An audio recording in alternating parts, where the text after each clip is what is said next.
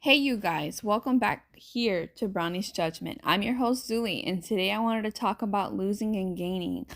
I feel like, in a sense, I think this is going to be more of a vulnerable episode when I just talk about the things that I've experienced in my life recently, and in a sense, try to relate it to, your possible circumstances and how losing and gaining could be both beneficial, scary, and just transformational. So, how do I even start this? I guess I'll kind of go in a sense backwards and just talk about how um these things have kind of transpired in my life. So, the other day, like 3 or 4 days ago, something like that, I was kind of talking to God, right? And I kind of in a sense said, all right, God, like I know we got to do something about this car that I have, right? Cuz it's an '07. It's a little bit older. But at the time, like still running and, giving me problems and everything. Like it would shake a lot like if I had the AC on, and when I was like in the car line kind of thing, it just like would just like it was a no. Um and so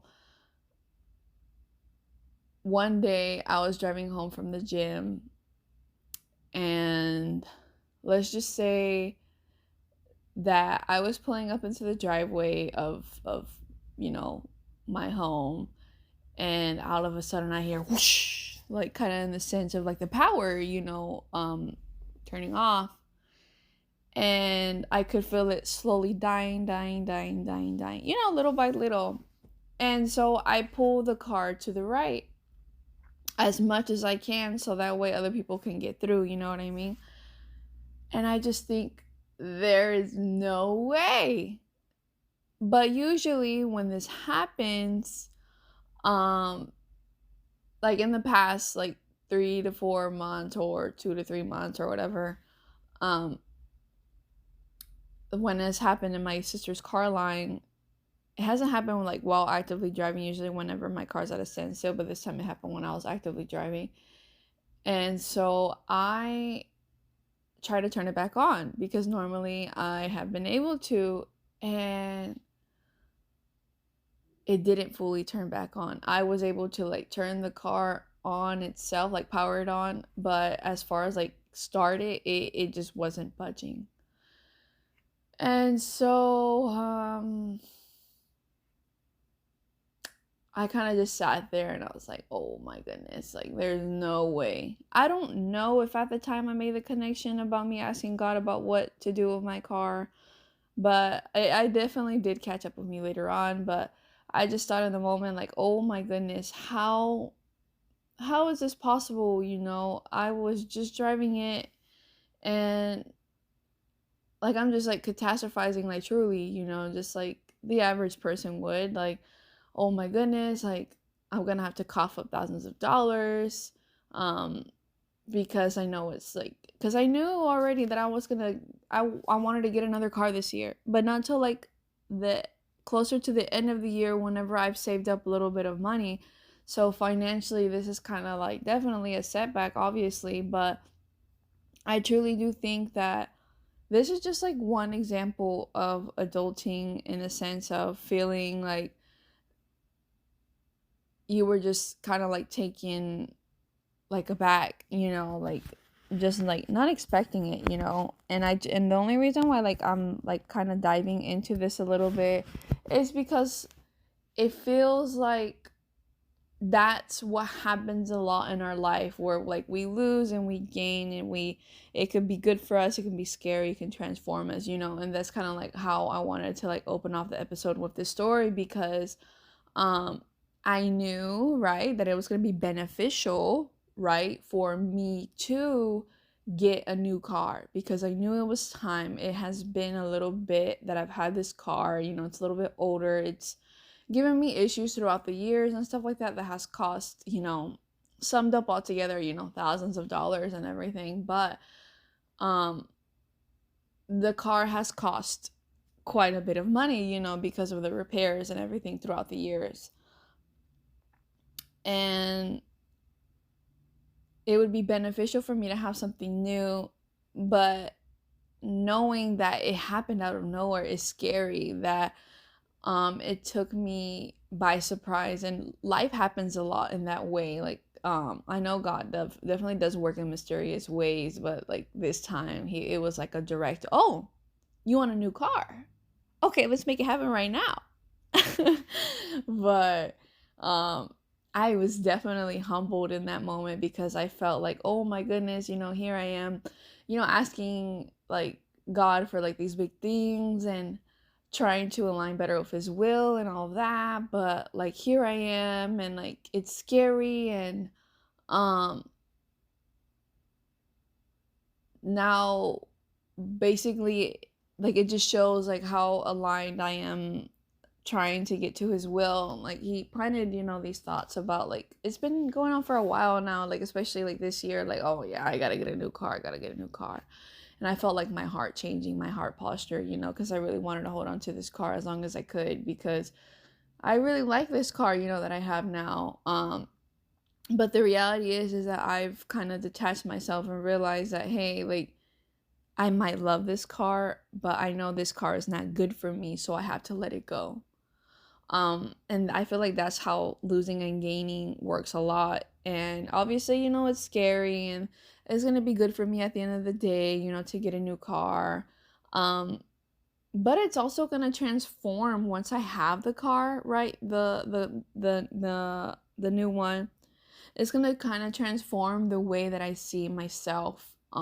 In a sense of, okay, like, this money that I have saved and have invested, um, is shown with this new vehicle that I have in front of me. And it transforms what I feel like is possible for me, because the reality is that not everyone is blessed to say that they have money saved up, that they can just buy a car like that, even if used or whatever, at the drop of a hat. Genuinely, there's people out there who, and I feel for them, like, it's so hard, that having to live paycheck to paycheck, and there's no space for anything like that. And that is a sad reality for so many individuals in our society today. And and this can transform their lives into something that feels like a trial. It does for me too, but like in a different way of, like, where am I going to get this money from, and I don't have it, and how am I going to pay my bills if I have to buy this huge new thing, and then especially, like, I can't imagine, like, for parents, like, your kid gets sick, and then you got to take them to the hospital, and you got to pay this bill, but you have this bill to already pay. Like, it's just overwhelming. I guess I think this is the first time in a while where I was really taken back with something financially, like, at least like this much. Um so yeah, I am just like going into this whole car thing and financing and stuff like that, like, so much, because it's something that I haven't really talked about much on this podcast. I've talked about mental and physical and emotional and spiritual, but I haven't really talked about financial, because why? Um, just at the time as I've been recording, since September of last year, there hasn't really been anything like that for me in my life. And I just kind of like wanted to be vulnerable and talk about it for me, because I know perhaps there's some of you that are going through something like that as well. And it's not easy and it's scary, but it can also be beneficial and transforming at the end of the day. Sometimes we don't know why God does certain things in our life until we've already overcome that trial, or we have healed, or whatever it is that we needed to do from this thing or person or whatever. And um another thing for me that I've lost in my life is people. I've lost a lot of people. I've lost, like, my former church community and things like that. And I've dived into like a new one and stuff like that, but it was scary to walk away. This is like another great example. I don't know if I've talked about this truly, like, about walking away from my past church community, but I started going in 2024. Yeah, 2024, about like June. I started going by myself, And the reason why I started going is because I was recommended this place, this church from, my uncle that worked with the people that worked there. And let's just say that genuinely, like for a good minute there, it was everything that I needed, like I was so spiritually hungry. I hadn't been in a church for about close to 3 years, and I felt like it was time for me to dedicate and my life again to God. But I just started going to church and Bible studies, and eventually I started serving some months later, or yeah, some months later. And I did that for about a year, just serving and growing in my faith and pouring into, the younger generation and everything like that. And for a while it worked, but eventually my heart just changed, and I felt like I didn't, I was supposed to be somewhere else. Um, I was searching for something different, but I didn't know exactly what. Um, but I will say the one thing I do know is that I really was striving and hoping for a sort of mentorship by, like a woman that um, is more advanced in her faith and knows, has more life experience than I do, to like learn from her. And that's something that I was looking forward to in having, because for so long I was doing this whole God thing by myself. Um, and I felt like it was time, but I didn't get that from there. If I asked for someone for prayers or whatever, yeah, sure, they give it to me, but like I feel like I didn't have that emotional connection with that role model like I wanted, like I was searching for, even though I tried looking for it. And that's just how God works sometimes. Like you're really searching for something, but it's in the wrong place, so he's not going to give it to you. And and so in January, it was hard. I remember it was January 18th. That was my last day there.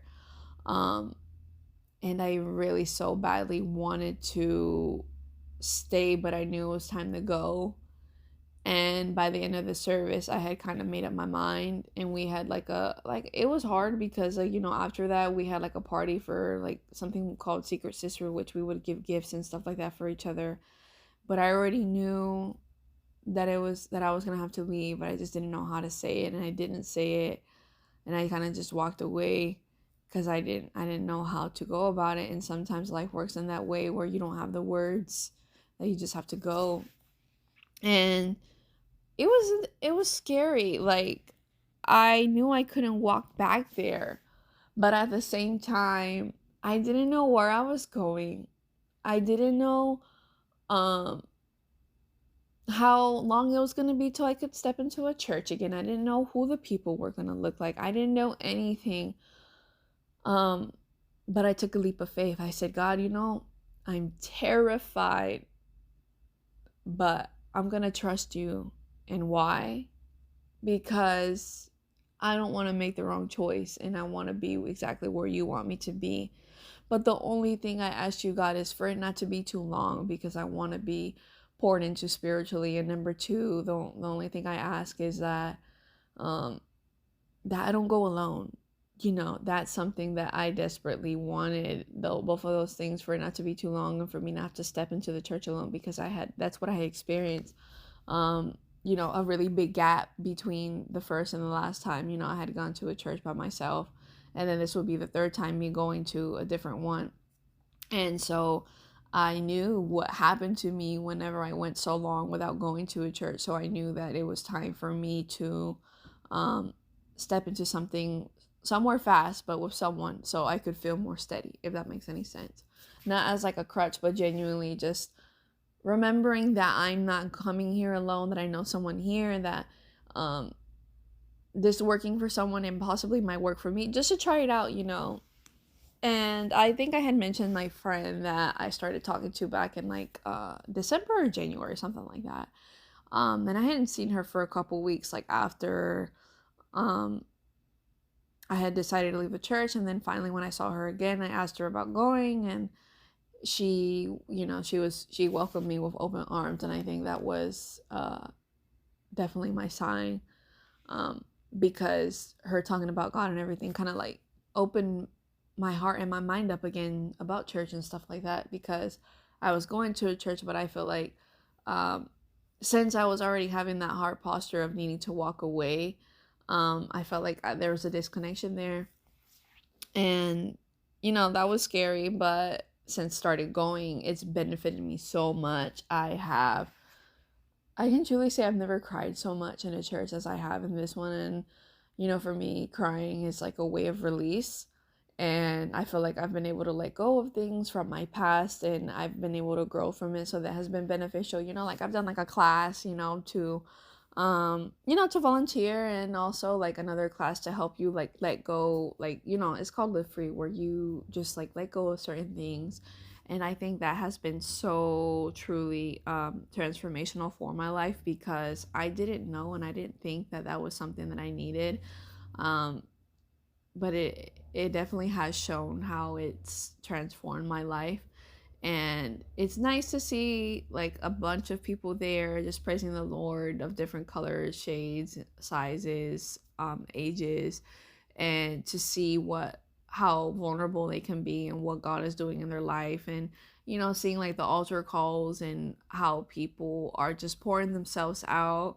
And that was something that always terrified me, like, in my past churches and stuff like that. But like this one, I've gone up once, I think, and it just felt like they truly saw me, and I let go of something I needed to let go at the time. And let's just say that my how do I say it, like one of the pastors or whatever, he looked at me and he said, "Do you feel better now?" Which is crazy. And I'm the only one that he said that to. But I'm sure he could see and feel the release that I had from letting go of this certain thing. And although all this has been going on, like even I've changed like personally and stuff like that, where like the things that I used to do, like it doesn't sit right with me as much as it used to, like that kind of thing.